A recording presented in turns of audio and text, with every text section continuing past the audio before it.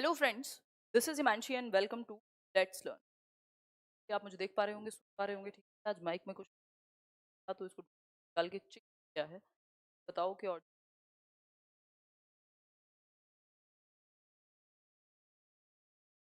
Start करते हैं। आप लोग तैयारी कर रहे हैं तो अगर हम बात करें क्वेश्चंस फॉर ऑल टीचिंग का हम प्रॉपर जी स्टार्ट करेंगे। आ जाइए पहले एक बार, फिर आगे बढ़ेंगे। इससे पहले की जो दो PDFs हैं वो आपको साथ ही मिल जाएंगे टेलीग्राम चैनल पर। साथ जो भी चैनल को सब्सक्राइब करके रखें। इसके अलावा जो PDF है वो मिलेगा टेलीग्राम चैनल पर लेट्स लर्न। 1,30,000 के आसपास एक टेलीग्राम चैनल से टेलीग्राम चैनल। फर्स्ट क्वेश्चन देखिए, पहला क्वेश्चन ध्यान से पढ़िए। बहुत बहुत सारे लोगों का क्वेश्चन है। पहले ही आपको क्या ऑन कर लो, माइक ऑन कर लो। प्रॉब्लम वॉइस में कम तो नहीं लग रही है?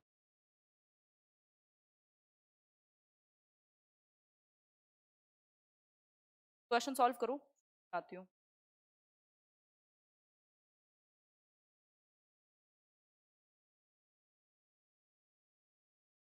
चलिए फिर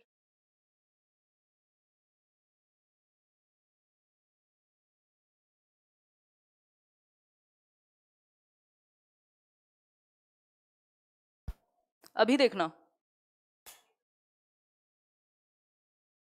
ठीक है एकदम। चलो फिर फटाफट से स्टार्ट करते हैं। बहुत अलग अलग क्वेश्चंस आ रहे हैं सबके, मतलब अलग अलग आंसर आ रहे हैं। देखिए एक बार, अगर मैं बात करूं तो पहला क्वेश्चन है child belonging to weaker section means, यानी कि वो बच्चा जो कमजोर वर्ग से बिलोंग करता है उसका मतलब क्या हुआ। ठीक, एक होता है वंचित वर्ग, एक यहाँ बात हो रही है वीकर सेक्शन की। किसकी? वीकर सेक्शन की। ठीक, इसका मतलब क्या है वीकर सेक्शन का, कमजोर वर्ग का? पहला ऑप्शन आप सभी को दिखाई दे रहा है, a child belonging to such parents whose annual income is low, कि यानी ऐसे पेरेंट्स का बच्चा वीकर सेक्शन का बच्चा कहलाएगा जिसके पेरेंट्स की इनकम लो है। अब इस लो का तो कोई अंत नहीं है ना किसी के कंपैरिजन में तो लो रहेगी ही। ठीक, तो ये एग्जैक्टली सही नहीं बन पाएगा। फिर है the child belonging to such parents who come under the disadvantaged group, ऐसे बच्चे को वंचित वर्ग का बच्चा कहते हैं, डेप्राइव्ड चाइल्ड कहते हैं, ना कि वीकर सेक्शन। ठीक, इसके अलावा नेक्स्ट है आपका a child belonging to such parents who come under the category of below poverty line, तो ये BPL वाली कैटेगरी हो गई। ठीक, तो इसको वीकर नहीं, ये तो बिल्कुल ही क्या कहेंगे, बिल्कुल हाशिए पर है ये बच्चा। अगेन ये किसी भी केस में क्या कहलाएगा, डिसएडवांटेज या डेप्राइव्ड कहलाएगा।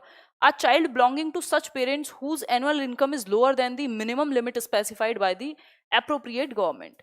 ये जो वीकर सेक्शन की बात होती है ना, जिसको RTE में 25% का जो है प्रावधान भी है कि उनको एक क्या मिले, पूरा प्राइवेट स्कूल्स में भी 25% सीट्स जो हैं वो PWD, नहीं PWD गलत बोल रही हूँ शायद, जो वीकर इकोनॉमिकली EWS वाली कैटेगरी है उनके लिए रखा जाए। ठीक, तो ये एग्जैक्टली ये डिफाइंड डेफिनेशन है वीकर की, जो RTE भी डिफाइन करता है कि वीकर सेक्शन का मतलब ये है जिस बच्चे के जो माँ बाप हैं उनकी एनुअल इनकम लोअर है, जो लिमिट सेट की है, मिनिमम लिमिट सेट की है आपकी अप्रोप्रिएट गवर्नमेंट ने, उसके बेसिस पे उससे अगर नीचे है इनकम, तब हम कहेंगे कि क्या है बच्चा वीकर सेक्शन को बिलोंग करता है। PSRN स्वीटी ये बहुत बचपन वाले क्वेश्चन होते थे पहले, चलते थे ये, एक आध बार इधर उधर पूछे हुए क्वेश्चन से, बहुत पहले मैं कराती थी जब स्टार्ट किया था, मुझे याद है ना। Problem solving numerical ability something like that था, reasoning, problem solving reasoning numerical ability को PSRN बोलते हैं। चलिए आगे बढ़ते हैं। क्वेश्चन नंबर 2 देखिए, which of the following is more important for keeping the good mental health of students, यानी विद्यार्थियों के अच्छे मानसिक स्वास्थ्य को बनाए रखने के लिए निम्न में से कौन सा तरीका अधिक महत्वपूर्ण है। मोर इंपॉर्टेंट पूछा है, क्या लिखा हुआ है? More important. चार ऑप्शंस में से चारों ठीक हो सकते हैं, बट सबसे ज्यादा जरूरी क्या है ये पूछा है हमसे। देखिए एक बार फटाफट से देखिए। पहला है प्रोविजन फॉर कल्चरल एक्टिविटीज, यानी सह शैक्षिक क्रियाओं का प्रावधान, या फिर सेकंड है फ्रीडम ऑफ एक्सप्रेशन, फिर है वैरायटी ऑफ इंटरेस्ट या teachers role and schools environment. मतलब अच्छी मेंटल हेल्थ, एक होती है हमारी फिजिकल हेल्थ, जो हम फिजिकली कहीं से बीमार तो नहीं है, बुखार तो नहीं है, कोरोना तो नहीं है ना, इस तरह की चीजें। दूसरी एक होती है हमारी मेंटल हेल्थ, कि हम मानसिक रूप से कैसा फील कर रहे हैं। ऐसा तो नहीं है सब कुछ सही है, बॉडी सही है, बट हम इतना फटीग फील कर रहे हैं, उतना बर्नआउट फील कर रहे हैं, ऐसा लग रहा है पता नहीं कि थकान हो रही है या मतलब क्या है जीवन का, या इस तरीके की चीजें जब आप खुश नहीं है कहीं ना कहीं, तो वो मेंटल हेल्थ आपकी सफर कर रही है। तो अगर मेंटल हेल्थ को बेहतर रखने के लिए इन 4 ऑप्शंस में से सबसे बेहतर चीज क्या है? Provision for curricular activities. बात तो सही है कि भाई करिकुलर एक्टिविटीज, बट करिकुलर के साथ सह शैक्षिक भी, को करिकुलर कहेंगे तो ज्यादा अच्छा होगा, बट फिर भी ठीक है, चलो मान लेते हैं।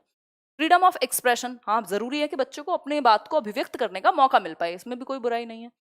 वैरायटी ऑफ इंटरेस्ट, अलग अलग तरह के अगर आपके इंटरेस्ट होंगे, मान लीजिए आपको स्विमिंग में भी इंटरेस्ट है, ड्राइंग में भी इंटरेस्ट है, पेंटिंग में भी इंटरेस्ट है, आपको क्रिकेट में भी इंटरेस्ट है, आपको पढ़ाई में भी इंटरेस्ट है, उसमें भी अलग अलग तरह के सब्जेक्ट आप पढ़ते हैं, कभी फिलोसफी पढ़ते हैं, कभी साइकोलॉजी पढ़ते हैं, कभी लिटरेचर पढ़ते हैं, बहुत खुशी की बात है, आपकी मेंटल हेल्थ अच्छी रहेगी।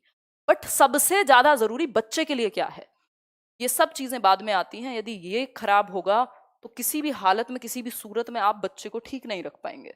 Teachers role and school environment, ये सबसे ज्यादा महत्वपूर्ण है बच्चे के अच्छे मानसिक स्वास्थ्य के लिए। अगर एक ऐसा एनवायरनमेंट है जहां टीचर ही बच्चे से ठीक से बात नहीं करता, उसको प्रताड़ित किया जाता है, उसको दंड दिया जाता है, उसको मुर्गा या मुर्गी बनाया जा सकता है, तो ऊपर के 3 वेस्ट हो जाएंगे। ठीक है, तो इसलिए डी ऑप्शन बेस्ट है। क्या है? डी ऑप्शन बेस्ट है, क्योंकि टीचर का रोल अगर सही है तो ये तीनों चीजों में इंटरेस्ट उसका आ जाएगा बच्चे का। वो अगर घर से थोड़े गलत माहौल से भी आया तब भी वो ठीक हो जाएगा अगर टीचर ने मेहनत की तो। स्कूल का एनवायरनमेंट थोड़ा अच्छा है, हेल्दी एनवायरनमेंट है, जहां उसको सुना जाता है, समझा जाता है, एक्टिविटीज कराई जाती हैं, सीखने का मौका मिलता है, खाने पीने घूमने का मौका मिलता है, पिकनिक पे भी जाता है, सब एकदम बढ़िया हो जाएगा। तो ये तीनों चीजें तब आएंगी। इन तीनों में सबसे इंपॉर्टेंट है डी ऑप्शन, अध्यापक की भूमिका, एक फैसिलिटेटर की, एक गाइड की, एक फिलोसोफर की, एक फ्रेंड की, और स्कूल का एनवायरनमेंट हेल्दी है कि नहीं। सारा खेल तो एनवायरनमेंट का है ना, नहीं तो वो किताबें तो आप घर पे भी पढ़ा सकते हैं, आजकल तो ऑनलाइन चल रही हैं चीजें। बट बात क्या है, जब बच्चा स्कूल जाता है तो एक अलग एनवायरनमेंट क्रिएट होगा।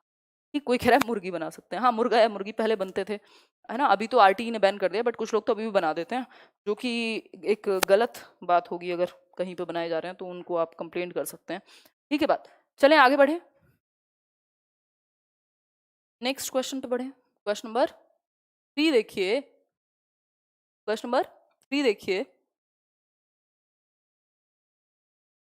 देखिए, The Right to Education Act 2009 specifies that if the number of children admitted for first class to fifth class, यानी कक्षा 1 से 5वीं कक्षा तक, यदि जो बच्चों का एडमिशन है वो 200 से अधिक होता है, यदि 200 अबव 200 है, तो प्यूपिल टीचर रेशो क्या रहेगा? प्यूपिल का मतलब होता है छात्र, तो छात्र शिक्षक अनुपात क्या रहेगा, मतलब कितने बच्चों पर कितने शिक्षक हो। इसके बारे में आरटीई में क्या बात की गई है? आरटीई अभी हमने कुछ दिन पहले ही डिस्कस किया था, मंडे ट्यूसडे वेडनेसडे, ये 3 दिन आपका ये डिस्कशन है क्वेश्चंस वाला। तो इसके साथ बने रहिए और लाइक शेयर भी करते रहिए ताकि एनर्जी बरकरार रहे। बिल्कुल सही कर रहे हैं, कई लोग गलत आंसर कर रहे हैं। 30 नहीं होगी इस केस में जो आपकी संख्या है, क्योंकि 150 से ऊपर जैसे ही आंकड़ा चला गया ना, 150 बच्चों तक की बात है, तब प्राइमरी लेवल पे 30 और एलिमेंट्री लेवल पे या 6th to 8th पे 35। लेकिन अगर बच्चे ज्यादा हैं, एडमिशन स्कूल में ज्यादा है या क्लासेस में ज्यादा है, 150 से ज्यादा बच्चे हैं, 200 से ज्यादा बच्चे हैं यदि, तो 200 से ज्यादा में 40, देखो 40 से ऊपर कभी नहीं जाएगा, कई लोग 45 भी लिख रहे हैं, 45 हो नहीं सकता, क्योंकि आरटी में क्लियर लिखा हुआ है नॉट मोर देन 40:1। 40 रेशो का मतलब क्या है? यहाँ 40 स्टूडेंट या प्यूपिल और 1 मतलब टीचर, यानी एक टीचर पर 40 से ज्यादा बच्चे होने नहीं चाहिए। ये आरटीई कहता है किसी भी स्थिति में, चाहे ये 6th to 8th हो, चाहे ये प्राइमरी हो, अगर बच्चे 200 से ज्यादा भी है ना, तब भी नॉट मोर देन, ये एक्सीड नहीं करेगा ये रेशो, 40:1 से ऊपर नहीं जाएगा रेशो। हालांकि सिचुएशन ऐसी है कि एक स्कूल में 4000-5000 बच्चे पढ़ रहे हैं, दिल्ली की मैं बात बता रही हूँ, जो कि राजधानी है अपने आप में, तो उस केस में पॉसिबल नहीं हो पाएगा ऐसा। बहुत सारे टीचर्स या तो आपको लाने पड़ेंगे, और उसमें भी फिर एक एक क्लास में 90-90 बच्चे भी देखने को मिलते हैं, तो वो एक प्रॉब्लम है अपने आप में। बट आरटीई यही कहता है, और कायदे में ऐसा ही होना चाहिए ताकि हर एक बच्चे को अटेंशन मिल पाए। ठीक, संजय जी बहुत बढ़िया, आगे बढ़ते हैं। कोशिश मेरी यही रहेगी जैसे बिल्कुल आप बेसिक से सीख रहे हो, क्योंकि सिर्फ आप क्वेश्चन आंसर तो कहीं भी पढ़ सकते हैं, और किताबों में भी इवन, और उसमें भी आजकल तो गलतियों के भी चांसेस बहुत हो गए हैं। विच of the following statements is incorrect about action research? Action research हमने कुछ दिन पहले पढ़ी थी, वो जो रीट और यूपीटेट वाली प्लेलिस्ट है वो बाकी लोग भी देखिएगा, उसमें मैं कुछ चैप्टर्स और ऐड कर दूंगी पुराने वीडियोस से। बात हो रही है क्रियात्मक अनुसंधान के बारे में, कौन सी बात सही नहीं है। कुछ क्वेश्चन आपको हर सेशन में अलग मिलेंगे, उन पे आपको दिमाग लगाना पड़ेगा। बताइए जी वर्षा सिंह, आंसर कीजिए वर्षा, बताइए जवाब दीजिए भाई। विच of the following statements is incorrect about action research. Action research के बारे में क्या गलत है, इनकरेक्ट है। It is conducted by teachers and educational professionals. बात तो सही है, टीचर्स भी हैं और एजुकेशनल प्रोफेशनल्स या जो भी स्कूल में अवेलेबल है वो लोग इसको करेंगे, ठीक। It is conducted to solve a specific problem. कोई एक विशिष्ट समस्या स्कूल में उत्पन्न हुई है, किसी क्लास में शोर है, कोई बच्चा मैथ्स में वीक है, एक क्लास का सेक्शन वीक है, कुछ इस तरह का है, तो बिल्कुल ही होती है। It is conducted to provide information for decision making at a broader level. Broader level के लिए नहीं है ये, कोई एजुकेशन की रिसर्च नहीं है ये एक छोटी specific school related local problem को सॉल्व करने के लिए है, ना कि ब्रॉडर लेवल के लिए। नेक्स्ट है D option, it is conducted to focus on the solutions of day to day problems at local level. ये बात बिल्कुल सही है, डी ऑप्शन। ये इसका ऑपोजिट है, ब्रॉडर लेवल पे नहीं होती एक्शन रिसर्च, ब्रॉडर लेवल पे तो प्रॉपर फिर वो नॉर्मल वाली रिसर्च होती है, ये एक नेशनल लेवल पे या उस तरीके से, ठीक। सी ऑप्शन गलत है, डी एकदम सही है। डे टू डे प्रॉब्लम्स, ठीक। आगे बढ़ते हैं, क्वेश्चन नंबर 5 देखिए। Which of the following statements is not true about teaching. यानी टीचिंग के बारे में कौन सा एक कथन गलत है, ठीक है, नॉट ट्रू लिखा है। आसान क्वेश्चन है, कोशिश करो दे पाओगे आंसर। देखो एक बार, टीचिंग के बारे में कौन सा एक कथन गलत है, नॉट ट्रू। देखिए ये नॉट वाले क्वेश्चंस को स्पेशली हमें ध्यान से देखना है, ऐसे 3 इडियट्स वाले कान खड़े करके सीरियस होकर के, क्योंकि ये क्वेश्चन आसान होते हैं बट पूछ ऐसे लेता है कि गलती हो जाती है, क्योंकि हमें लगता है इजी है, ठीक। अगर मैं बात करूं तो पहला ऑप्शन है टीचिंग इज मॉडिफिएबल, टीचिंग में सुधार संभव है, बिल्कुल। Teaching is formal and informal, हाँ हो सकता है। आप अपने भाई टीचर अगर घर पे पढ़ाए तो वो इनफॉर्मल है, टीचर अगर स्कूल में पढ़ाए तो फॉर्मल है, या वैसे भी आप किसी से भी कहीं भी कोई भी आपका अलग अलग फॉर्म में टीचर हो सकता है। Teaching is a science as well as art, हाँ बिल्कुल कहा जाता है कि एक कला भी है और एक विज्ञान भी है, इसमें टेक्निक्स भी यूज होती हैं, इसमें फंडे भी यूज होते हैं, और वहीं ये एक आर्ट, एक कला भी है। हर किसी मतलब ऐसा नहीं है कि आपको सिर्फ कंटेंट पता है तो आप बहुत अच्छा डिलीवर भी कर देंगे, ठीक। टीचिंग इज इंस्ट्रक्शन, ये कहना गलत है कि शिक्षण सिर्फ अनुदेशन है, कि आप क्या करेंगे, ऑर्डर पे लेंगे और ऑर्डर को फॉलो किया जाएगा, या आप सिर्फ 1 2 3 की फॉर्म में क्या करेंगे, चैप्टर्स पढ़ाते जाएंगे। इंस्ट्रक्शन कहना गलत होगा, ये जस्ट मियर इंस्ट्रक्शन नहीं है, इंस्ट्रक्शन कुछ हद तक इसमें शामिल हो सकती है, ठीक। तो सिर्फ इंस्ट्रक्शन देना या सिर्फ इंस्ट्रक्ट करना कि ऐसे कर लो, जो बोल दिया वैसे कर लो, वो गलत होगा यहाँ, ठीक है। आपको फैसिलिटेट करना होता है, आपको सुविधा दाता बनना है। द टेम्परेरी, क्वेश्चन नंबर 6 है, एक बार देखिए। The temporary change in behaviour due to continuous exposure to stimuli is called. यानी किसी उद्दीपन के निरंतर दिए जाने के व्यवहार में होने वाला अस्थायी परिवर्तन क्या है। हाँ अनुदेशन है, वो गलत लिखा हुआ है, उधर टाइपिंग में मिस्टेक हो गई हमारे टाइपिस्ट से। ये छोटी छोटी चीजों को इग्नोर भी किया करो, क्योंकि फोकस इस बात पे होना चाहिए कि हम क्या सीख रहे हैं। बाकी मैं कोशिश करूंगी इसको, और कई बार तो गलत इसलिए भी लिखवाया जाता है, मैं सही नहीं कराती हूँ, कि आपको ट्रांसलेशन में पेपर में भी एज इट इज देखने को मिला हुआ है, वो प्याजे को प्यागेट लिखा हुआ है बहुत बार, तो वो मैं जान के सही नहीं कराती हूँ। देखिए एक बार आंसर कीजिए, अस्थायी परिवर्तन, व्यवहार में अस्थायी परिवर्तन किसी एक स्टिमुलाई, किसी एक उद्दीपक के आपके एनवायरमेंट में प्रस्तुत होने के कारण, ठीक है। अब कोई सर पे बंदूक रख के कहे कि ये कर दो और आपने वो कर दिया, तो जरूरी थोड़ी है कि आपकी वो लर्निंग हो गई, वो टेम्परेरी चेंज है, नहीं। ऐसा भी हो सकता है कि आपने जिस भी स्टिमुलाई के वजह से या उद्दीपक की वजह से आपने कई बार वो चीज की और टेम्परेरी चेंज हुआ, परमानेंट नहीं हुआ, इसको हैबिचुएशन कहेंगे, कि आदत पड़ गई थी बस आपको, ठीक है। Learning is relatively permanent change in behaviour, यानी लगभग स्थायी रूप से होने वाले परिवर्तन को अनुभव के और ट्रेनिंग के बेस पे लर्निंग कहते हैं, लेकिन यहाँ अस्थायी है। बीमार होने से या थकान होने से जो परिवर्तन आएगा उसको लर्निंग नहीं कहते, ठीक। कुछ दिन आदत पड़ गई किसी एक चीज के होने से, आप कोई कुछ कर रहे हैं तो इसको हैबिचुएशन कहेंगे, ठीक है। लाइक पबजी, आगे बढ़ेंगे, किसी को दिखाई नहीं दे रहा, क्या कर सकते हैं, नहीं दे रहा दिखाई तो है, थोड़ा सा फोन लेटा के देखो, इतने सारे लोगों को दिखाई दे रहा है तो दिखना तो आपको भी चाहिए, ठीक है। आगे बढ़ेंगे, नेक्स्ट पॉइंट पे चलेंगे। नेक्स्ट पॉइंट देखिए एक बार, तो ये मोटिवेशन नहीं है, ये लर्निंग तो हो ही नहीं सकता क्योंकि टेम्परेरी चेंज है, और टेम्परेरी लर्निंग जैसा कुछ नहीं होता। टेम्परेरी लर्निंग जैसा कोई टर्म नहीं है, उसको हैबिचुएशन कहेंगे कि आदत हो गई है ना। जरूरी नहीं है कि लर्निंग ही हो गई है, उससे रिलेटिवली परमानेंट चेंज नहीं है। वो कुछ दिन हट जाएगा वो स्टिमुलस आपकी आंखों के सामने से, तो आप भूल जाएंगे कि वो चीज एग्जिस्ट करती थी भी कि नहीं। ठीक। नेक्स्ट है, which of the following statements regarding achievement motive is true. जो अचीवमेंट मोटिवेशन, हमने एक चीज पढ़ी थी मोटिवेशन के चैप्टर में, अगर आपने देखा हो अभी कुछ दिन पहले ही, अचीवमेंट मोटिवेशन के बारे में सुभाष कन्नौज क्या सही है ये बता दीजिए, फटाफट से बताइए। हाँ बताइए एक बार, आंसर कीजिए। पहला है achievement motive is necessary for survival, यानी सर्वाइवल के लिए जरूरी है कि आप किसी एक चीज के पीछे भागें, उसको अचीव करें, इस तरह की चीजें।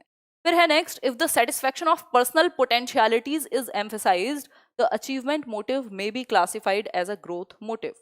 यानी जो सेटिस्फैक्शन है पर्सनल पोटेंशियलिटीज का, यदि वो उस चीज पे जोर दिया जाए, तो जो अचीवमेंट मोटिवेशन है उसको ग्रोथ मोटिव में हम काउंट कर सकते हैं, कि आप चाहते हैं कि अपने आप को और आगे आगे आगे लेकर के आप जाते रहें।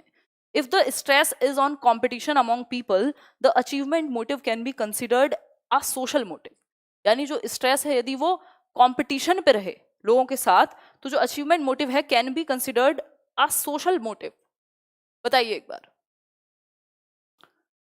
सब अपने अपने तरीके से आंसर्स दे रहे हैं। ठीक है, ठीक है, ठीक है, डी हो जाएगा, ऑल दी अबव। ये पढ़ के समझने की जरूरत है अगर कहीं भी इसमें कंफ्यूजन। यहाँ पे बात हो रही है कि लोगों के बीच में यदि कोई चीज है जिसमें लोग कॉम्पीट करें, तो वो सोशल मोटिव का हिस्सा हो सकता है। ठीक है, आगे बढ़ेंगे। नेक्स्ट है question number 8, the meaning of development is. ये तो आसान होना चाहिए आपके लिए, यानी विकास का अर्थ क्या है ये पूछा है। कोई कह रहा है कि एक टॉपिक से रिलेटेड लेकर के आओ क्वेश्चन।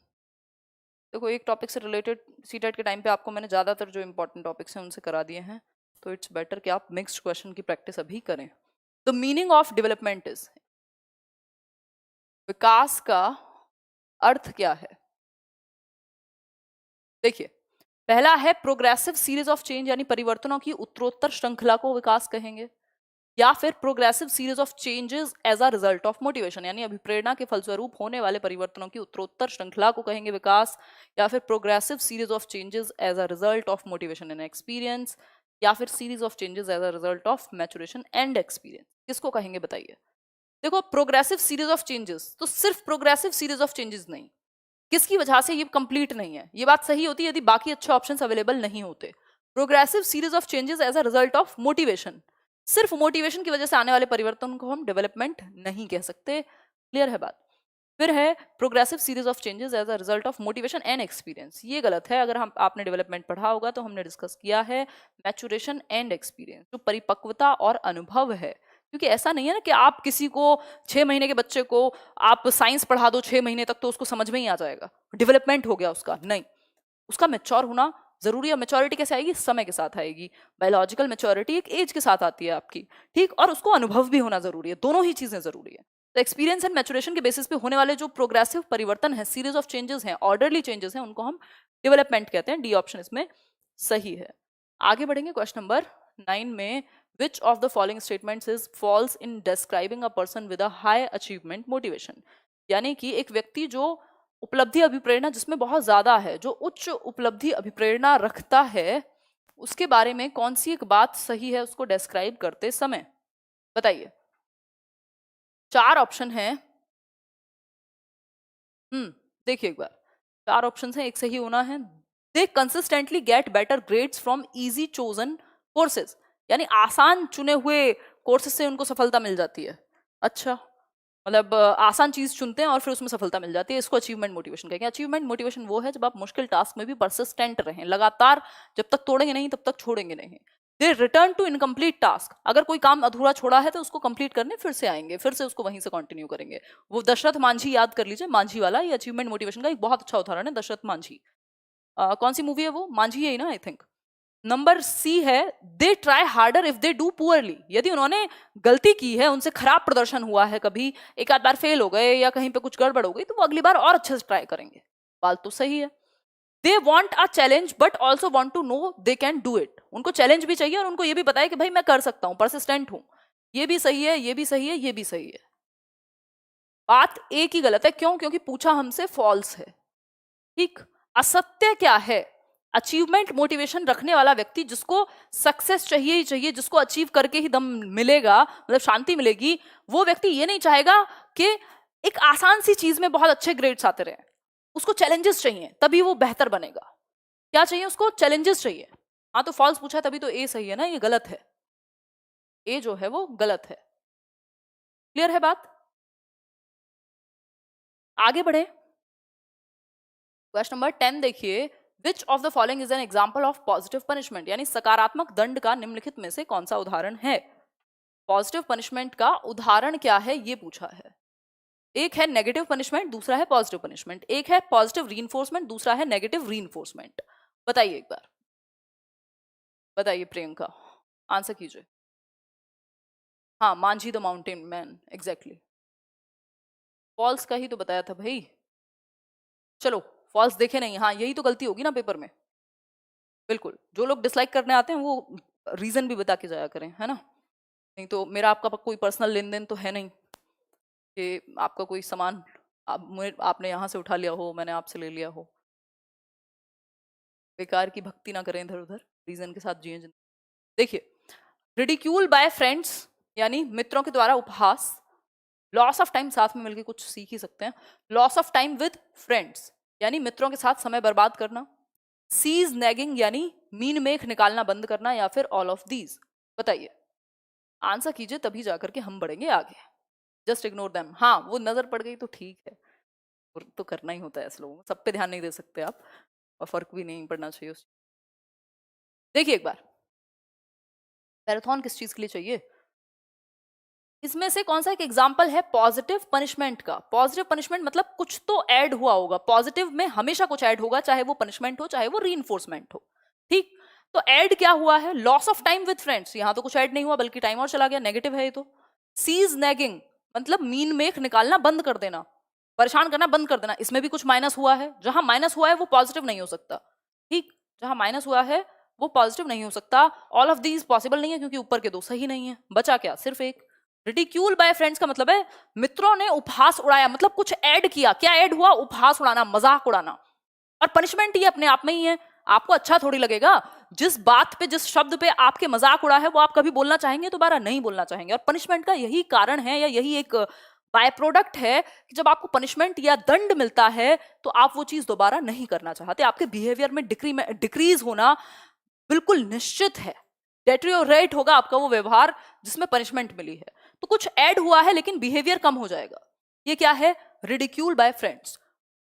नेगेटिव पनिशमेंट में क्या है? आपसे कुछ ले लिया जाएगा, आपका फोन छीन सकते हैं, आपको रूम में बंद कर सकते हैं, मतलब कुछ ले लिया जाएगा आपसे, कुछ हटा दिया जाएगा, लेकिन व्यवहार उसमें भी कम होगा। रीइंफोर्समेंट चाहे पॉजिटिव हो चाहे नेगेटिव, दोनों में व्यवहार बढ़ेगा। पॉजिटिव रीइंफोर्समेंट क्या हो सकता है? पॉजिटिव रीइंफोर्समेंट हो सकता है कि आपको कहा शाबाश, वेरी गुड, है ना, पानी लाके रख दिया, चलो पढ़ लो, पढ़ते रहो, चाय चाहिए तो बता देना। ये क्या है? पॉजिटिव रीइंफोर्समेंट, कि आप और पढ़ें, व्यवहार में वृद्धि हो। नेगेटिव रीइंफोर्समेंट क्या होगा? आप पढ़ रहे हैं, कोई चीज डिस्टर्बिंग एलिमेंट है आसपास, उसको हटा लिया, व्यवहार में अभी भी वृद्धि होगी कि आप पढ़ें। समझ पा रहे हो ना बात को? रीइंफोर्समेंट का मतलब ही है बढ़ावा, पुनर्बलन, जबकि पनिशमेंट से घटना ही है व्यवहार। चाहे पॉजिटिव हो यानी ऐड करो, चाहे हटाओ किसी चीज को। रीइंफोर्समेंट में चाहे हटाओ चाहे ऐड करो, दोनों ही सिचुएशन में व्यवहार बढ़ेगा। इसमें बड़ी कंफ्यूजन रहती है लोगों को, इसलिए मैं इस पर इतना जोर देके बता रही हूँ।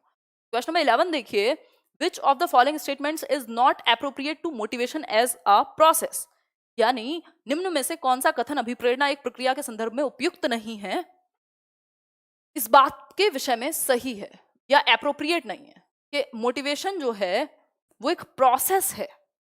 जैसा कि मैं कई बार डिस्कस करती हूँ कि मोटिवेशन इज अ प्रोसेस, जिसमें आप कोई काम को स्टार्ट करना, उसको जारी रखना, उसको अचीव करना, ये पूरी एक स्टेप्स शामिल हैं, जिसको मोटिवेशन की एक प्रक्रिया कहा जाता है। मोटिवेशन कोई एक चीज नहीं है कि गोली खाई, मैं बोल रही हूँ गाली खाई, गोली खाई और मोटिवेशन आ गई और बात खत्म।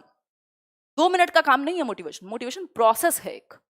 ठीक, तो मोटिवेशन प्रोसेस की अगर हम बात करें तो कौन सी एक चीज मोटिवेशन एज अ प्रोसेस के बारे में गलत है, उपयुक्त है? कोई कह रहा है वॉइस बड़ी खतरनाक है, ये माइक थोड़ा सा और बेटर है, बट ये भारी है तो मेरे सर में दर्द हो जाता है, इसलिए हटाना पड़ता है। देखो एक बार, it causes a person to move towards, आज शाम की क्लास कैंसिल हो गई, माइक नहीं मिल रहा था मुझे। It causes a person to move towards a goal, यानी जो मोटिवेशन है यह व्यक्ति को लक्ष्य की ओर ले जाता है।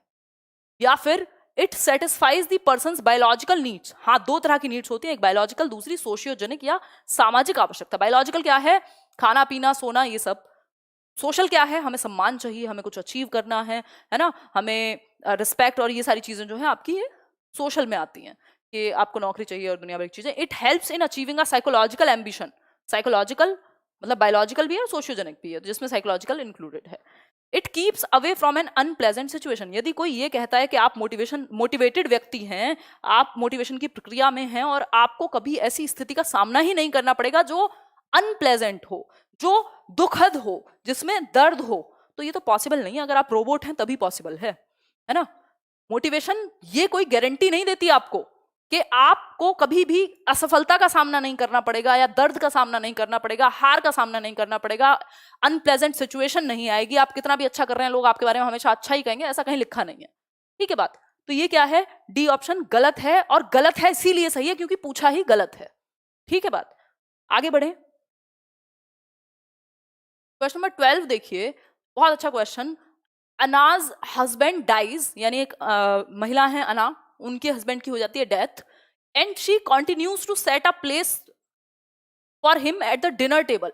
और वो कंटिन्यू रखती हैं क्या? जब वो डिनर टेबल पे बैठते थे साथ में, तो उनके लिए एक जगह वो खाली छोड़ती हैं कि यहां मेरे हस्बैंड बैठेंगे। This is an example of what? अभी कल परसों ही हम, पहले भी मैं आपके साथ भी ईगो डिफेंस मैकेनिज्म शेयर कर चुकी हूँ, डिस्कस कर चुकी हूँ, अभी कल परसों बैच में भी चल रहा था ये टॉपिक।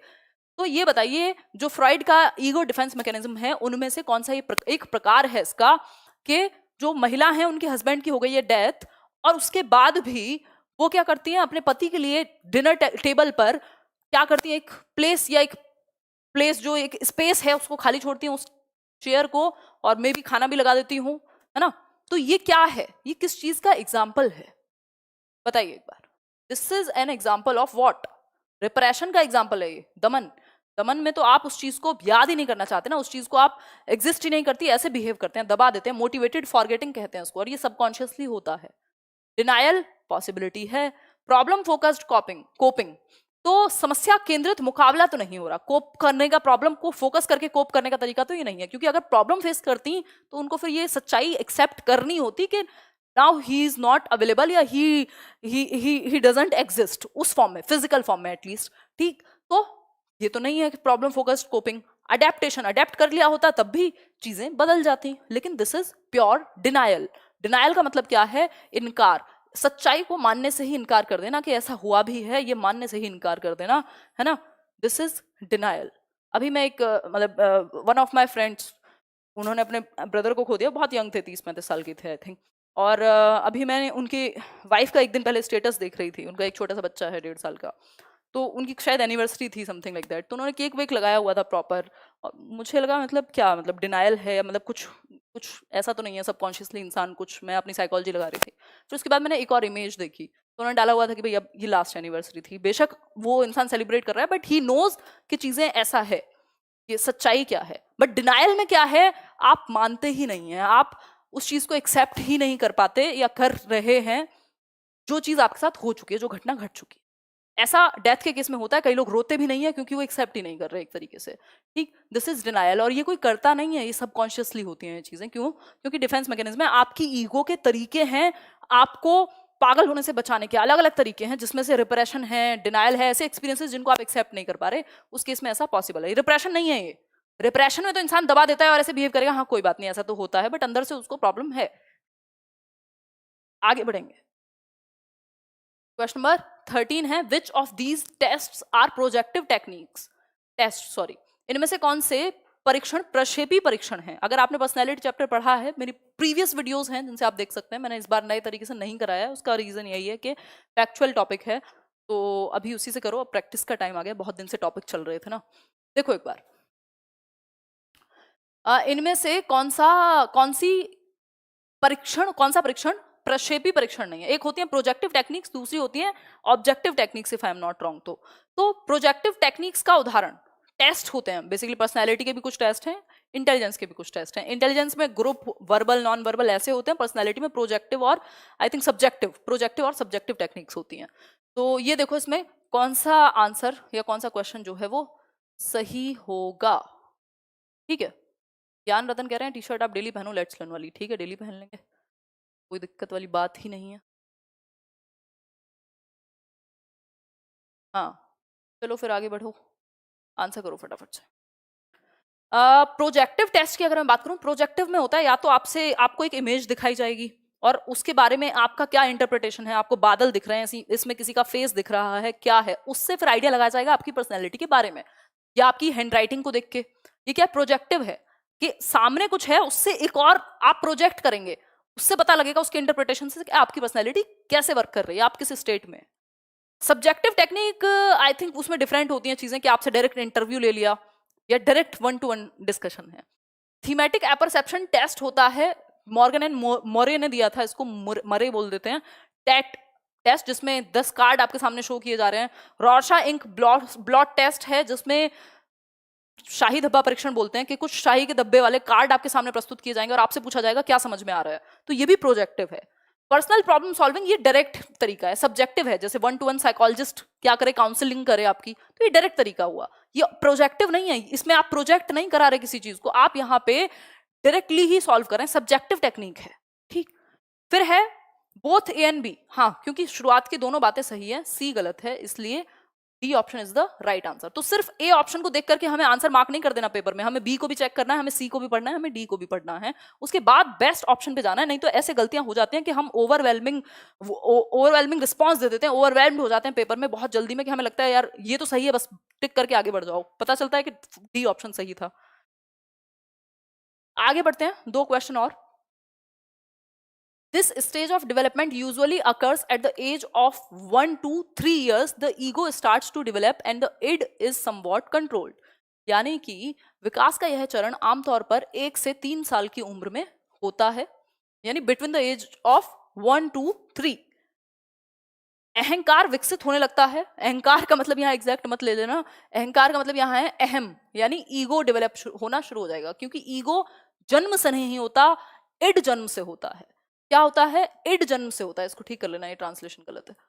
इड जो है, या इद कह देते हैं, इदम बोल देते हैं, वो जन्म से होगा। लिबिडो या हमारी जो सेक्सुअल डिजायर्स हैं, या जो क्या कहें अर्जेस हैं, कुछ प्लेजर इंस्टिंक्ट हमारे अंदर जन्म से है कि बच्चे को दूध चाहिए, भूख लगी है तो दूध चाहिए। चाहे कहीं आप मार्केट की दुनिया में बैठे हो, आप बस में जा रहे हो, अगर मदर है तो वो रोना शुरू कर देगा, उसको तो फीड करना ही है। तो ये क्या है? इड पे काम करता है। बच्चा जब जन्म लेता है कि वो अपने प्लेजर प्रिंसिपल पे काम करेगा।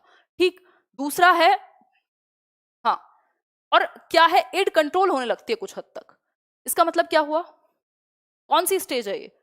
देखो, ओरल स्टेज है या फैलिक तो 3 से 6 वाली हो गई, तो ये तो इसमें आएगी नहीं। ये 6 से 12 हो गई, लेटेंसी दोनों नहीं आएंगे। 1 से 3 में सिर्फ 2 ही स्टेजेस आती हैं।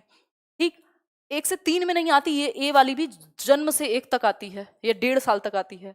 1 से 3 में आती है एनल अवस्था। इस स्टेज में ईगो शुरू हो जाती है, जो अहम है, रियलिटी प्रिंसिपल है, वो डेवलप होना शुरू हो जाता है। आप वास्तविकता को समझने लगते हैं और बच्चे को ये पता लगने लगता है कि कोई आया हुआ है तो थोड़ा अलग बिहेव करेगा। मतलब एनल अवस्था में ईगो डेवलप होना शुरू हो जाता है और इड पे थोड़ा कंट्रोल आ जाता है, उसका प्लेजर पे थोड़ा कंट्रोल आ जाता है। ठीक है, और ईगो डेवलप होना शुरू हो गया। सुपर ईगो और बाद में आएगा, 3 से 6 वर्ष में, फैलिक स्टेज में। ठीक है, क्लियर है बात? आगे बढ़ेंगे। हाँ, एंटिटी में ये एग्जैक्टली हेल्प करेगा। आप सेशन देखो तो सही, अलग अलग आपको लिखा हुआ चाहिए, या टॉपिक में देखो, समझो बात को। क्वेश्चन नंबर 15 है, देखिए, which of the following indicates nature of learning, यानी इनमें से कौन सा जो है वो शिक्षा मत मानिएगा, यहाँ पे लर्निंग को बोलेंगे हम अधिगम की प्रकृति को दर्शाता है। अधिगम की प्रकृति को दर्शाता है। देखिए एक बार आंसर कीजिए। सीटेट की प्रिपरेशन कैसे करें, कल डिस्कस कर लेते हैं इस बात को, अगर ऐसा ही है तो क्वेश्चन परसों कर लेंगे। जिनका कोई भी क्वेश्चन है, कुछ भी है, वो कमेंट सेक्शन में बता सकते हैं। बात रही वो असम वाली, तो उसमें मुझे और कई मेल आ गए, उसमें पूरी डिटेल लिखी हुई है कि क्या क्या इशू है, तो मैं उसको पढ़ के तभी आगे देख पाऊंगी, है ना। को लेके परेशान मत रहिएगा। बताइए। Learning is not based on maturation, यानी शिक्षा प्राप्ति जो है वो पूर्ण तरह से मैचुरेशन या परिपक्वता पर निर्भर नहीं करती, ये कहना गलत होगा, क्योंकि मैचुरेशन इज इंपॉर्टेंट। आप 5 महीने के बच्चे को प्याजे नहीं पढ़ा सकते जब तक वो मेच्योर नहीं है, उसका दिमाग इस चीज को समझने के लिए कि प्याजे आखिर कहता क्या है। ठीक, तो बिना मैचुरेशन के भी लर्निंग पॉसिबल नहीं है, और लर्निंग से भी मैचुरेशन होता है, तो दोनों चीजें हैं। हालांकि मैचुरेशन जो है वो एक बायोलॉजिकल प्रोसेस है, हेरिडिटी से जुड़ा हुआ है। भाई आपके पैरों में जान होगी तभी तो आप खड़ा होना सीखेंगे, या 6 महीने के बच्चे को जबरदस्ती खड़ा होकर चलाना शुरू कर दोगे? मैच्योर ही नहीं है वो उस चीज के लिए। Learning does not promotes mall adjustment. भाई लर्निंग जो है, अगर आप अधिगम कर रहे हैं तो उससे आपके अंदर असमायोजन नहीं उत्पन्न होगा। हाँ बिल्कुल, लर्निंग तो किस लिए होती है? लर्निंग होती ही है कि आप एडजस्टमेंट में, आप जो भी आपकी परिस्थिति है उसमें आप डील करना सीख जाएं, आप एडजस्टमेंट में, आप समायोजन में आ जाएं। उसको लर्निंग थोड़ी कहेंगे। जो इंसान आपको ये पढ़ाए कि सारी दुनिया खराब है, पूरा आपका नजरिया ही नेगेटिव कर दिया जाए, या मतलब मान लो, मतलब इसको क्या कहेंगे? जो लर्निंग, जिस चीज को सीखने से, जानने से आपके दिमाग में माल एडजस्टमेंट क्रिएट ही हुए जा रहा है, तो ये तो उद्देश्य नहीं हो सकता ना, कि आप अपनी सिचुएशन से डील ही नहीं कर पा रहे, आपको लग रहा है सब कुछ ही खराब है। फिर है learning is not a passive process. ये बात भी सही है कि एक निष्क्रिय नहीं, एक्टिव प्रोसेस है और सोशल प्रोसेस है। Learning is active and social, ये कहा जाता है। फिर है learning is not related to goals, यानी शिक्षा गोल्स से रिलेटेड नहीं है, या अधिगम अगर हम कहें तो ऐसा नहीं है, ये गोल ओरिएंटेड प्रोसेस है। तो सिर्फ दो बातें सही हैं, और ये बड़ा अजीब क्वेश्चन है, कई लोग इसमें कंफ्यूज हो रहे होंगे। ठीक है, कई लोग इसमें कंफ्यूज हो रहे होंगे। ए गलत है, डी गलत है, तो सिर्फ बी और सी सही है, यानी C option is the right answer. सही है बात? कोई दिक्कत परेशानी इस बात को समझने में? भाई कौन सी एक प्रोसेस जो है लर्निंग के यानी अधिगम की प्रकृति को दर्शाता है? तो हम कह सकते हैं कि जो लर्निंग है वो मैचुरेशन में बेस्ड नहीं होती, ये कहना गलत है, तो ये नहीं दर्शाएगा। लर्निंग माल एडजस्टमेंट को प्रमोट नहीं करती, ये बात सही है, क्योंकि ये नेगेटिव में लिखा हुआ है, अगर करती तो ये भी गलत हो जाता। फिर है लर्निंग पैसिव नहीं है, इसका मतलब एक्टिव है, तो ये बात भी सही है। गोल से रिलेटेड नहीं है, ये बात गलत है। ठीक, क्योंकि आंसर क्या होगा? B and C is the right answer. Out of 15 कितने आपके ठीक हुए? आज के सेशन में तो 12 से ऊपर का स्कोर होना चाहिए। कंपैरेटिवली थोड़े से आपके समझ में आने वाले क्वेश्चंस थे बाकी के दिनों से। कमेंट करके बता दीजिएगा आउट ऑफ 15, 13 बहुत बढ़िया, 14, 13, 15, 14 अपनी मर्जी से लिख रहे हो क्या?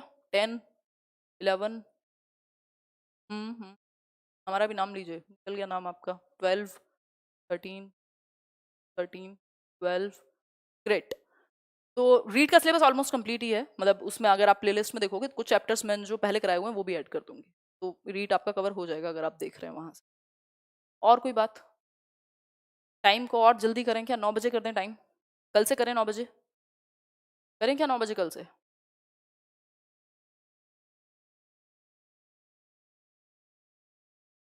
9 कर दें? चलो कल एक पोल देती हूँ मॉर्निंग में। नहीं, no no no no no, no वाले ज्यादा हैं। चलो कल पोल देते हैं। चलिए धन्यवाद, होपफुली आपको ये सेशन पसंद आया होगा। पसंद आया हो तो लाइक शेयर आप कर दीजिएगा, इसके अलावा सब्सक्राइब भी कर लीजिएगा, ताकि जो भी वीडियो आए यहाँ लेट्स लर्न पे उसका नोटिफिकेशन आप तक पहुँच जाए। मैं जल्दी एक वीडियो बना दूंगी कि आप कैसे सीटेट की तैयारी कर सकते हैं घर बैठे, है ना। यहाँ से पीडीएफ आपको एक साथ मिल जाएंगी, तीनों पीडीएफ, और जो मेंबर है उनको बुलाएंगे हम जल्दी, तो कुछ काम थोड़ा जल्दी हो पाएगा।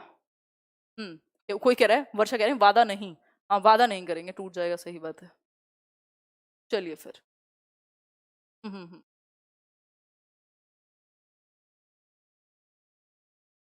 चलिए फिर कमेंट सेक्शन बता दीजिएगा, कल मिलेंगे। टाइम 9:30 अभी के लिए रखते हैं, कल का